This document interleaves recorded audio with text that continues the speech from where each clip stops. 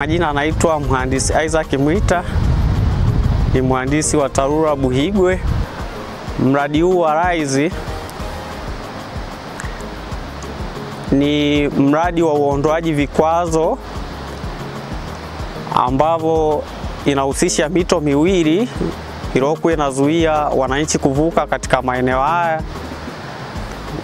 Pia ni mradi ambao ni mfupi kulinganisha na barabara ya mwanzo ambao walikuwa wanazunguka wananchi kilomita 20, na sasa baada ya kufungua barabara hii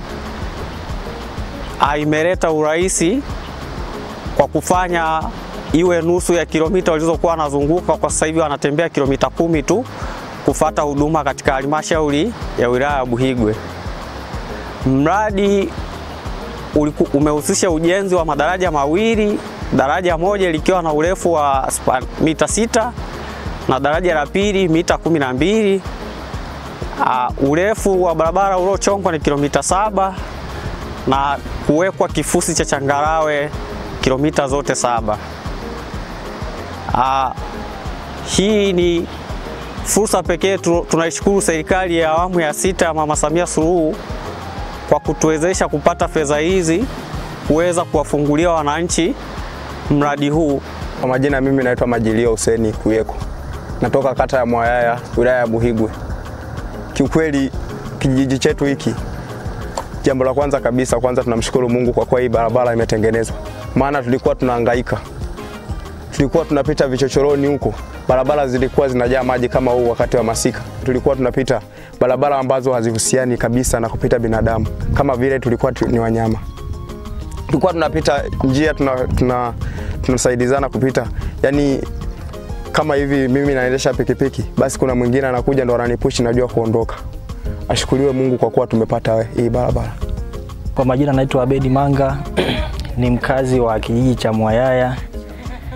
Na ningependa kutoa shukrani za dhati kwa barabara hii, kwa sababu zamani tulikuwa tunapata shida sana kuwapeleka wagonjwa. Mgonjwa anapozidiwa tulikuwa tunalazimika kuzunguka barabara, tunazunguka mpaka kule. Lakini sasa hivi tunashukuru kwa serikali ya Mama Samia tumepata barabara nzuri ambapo sasa hivi kama mgonjwa akizidiwa tunakimbia Buhigwe mara moja, mgonjwa anapata huduma anarudi. Kwa jina naitwa Arusha Mvurungu. Kwa kweli siku za nyuma tulikuwa na changamoto za kuzunguka kupita Muharuro kuja Buhigwe. Tunashukuru sana kupata hii barabara na kutoboa kutoka Buhigwe kuja Mwayaya. Barabara hii ilikuwa barabara kupitia Mangombe, kali kwa haiwezi kupita. Sasa hivi mambo yako shwari. Kwa majina naitwa Benedicto Siliaku Standise, ni mkazi wa kijiji cha Mwayaya, maeneo ya hapa Kibira. Na niwashukuru kwanza kutuletea barabara.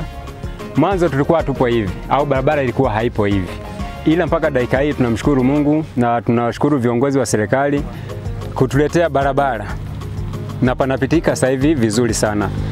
Nikiangalia kama mwanzo barabara pindi bado ni mbovu, tulikuwa tunapata shida kufikia huduma ya wilayani. Ila mpaka dakika hii tunashukuru tunatumia njia ya shortcut. Na tukiangalia tulikuwa tunatumia takriban kilomita 20 kufikia huduma. Ila sasa hivi tunatumia kama dakika 10 tu mtashafikia huduma. Kwa hiyo tuwashukuruni sana sana sana sana.